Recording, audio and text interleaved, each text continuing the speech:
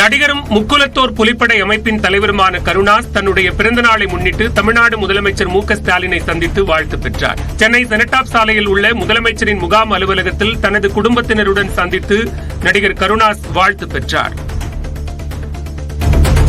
கரூரில் அரசு மணல் குவாரிகளை உடனடியாக திறக்க வலியுறுத்தி 100க்கும் மேற்பட்டோர் காத்திருப்பு போராட்டத்தில் ஈடுபட்டனர்.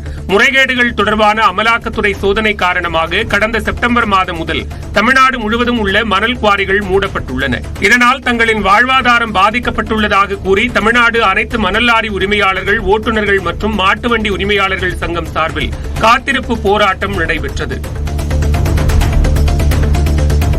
விருதுநகர் மாவட்டம் அருப்புக்கோட்டை அருகே தனியார் நர்சிங் கல்லூரியில் கல்வி கட்டணத்தை திருப்பித் தரக்கோரி மாணவிகளும் பெற்றோரும் போராட்டத்தில் ஈடுபட்டனர். ராமசாமிபுரத்தில் செயல்பட்ட நர்சிங் கல்லூரி உரிய அங்கீகாரம் இல்லாமல் செயல்படுவதாக புகார் எழுந்த நிலையில் கல்வி கட்டணத்தை திருப்பித் தருவதாக நிர்வாகம் அறிவித்தது. ஆனால் சொன்ன தேதியில் திரும்ப கொடுக்காததால் மதுரை தூத்துக்குடி தேசிய நெடுஞ்சாலையில் மாணவிகளும் பெற்றோரும் மறியலில் ஈடுபட்டனர்.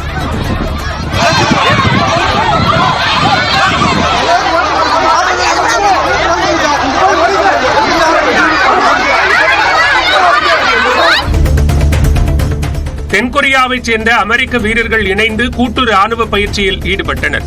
தென்கொரியாவைச் சேர்ந்த F-35A மற்றும் F-15K ஜெட் விமானங்கள் மற்றும் அமெரிக்க போர் விமானம் மூலம் கொரிய தீபகற்ப பகுதியில் வீரர்கள் பயிற்சி மேற்கொண்டனர்.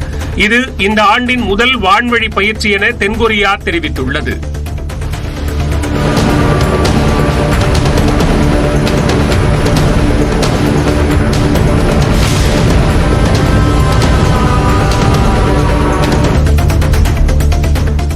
கிருஷ்ணகிரி மாவட்டம் ஒசூர் அருகே வனப்பகுதியிலிருந்து வெளியே வந்த 2 யானைகள் காரட்டி ஏரியில் குளித்துவிட்டு தாகம் தணித்துக் கொண்டன. கடந்த ஆண்டு செப்டம்பர், அக்டோபர் மாதங்களில் கர்நாடக மாநிலத்திலிருந்து 100க்கும் மேற்பட்ட யானைகள் வலசை வந்தன. அதில் 20க்கும் மேற்பட்ட யானைகள் காவேரி வடக்கு மற்றும் தெற்கு வனவிலங்கு சரணாலயங்களில் சுற்றித் திரிகின்றன. சிவலிங்கபுரம் அருகே உள்ள காரட்டி ஏரி பகுதியில் யானைகள் குளித்து மகிழ்ந்தன. இந்த யானைகளை அடர்ந்த வனப்பகுதிக்குள் விரட்ட மக்கள் கோரிக்கை விடுத்துள்ளனர்.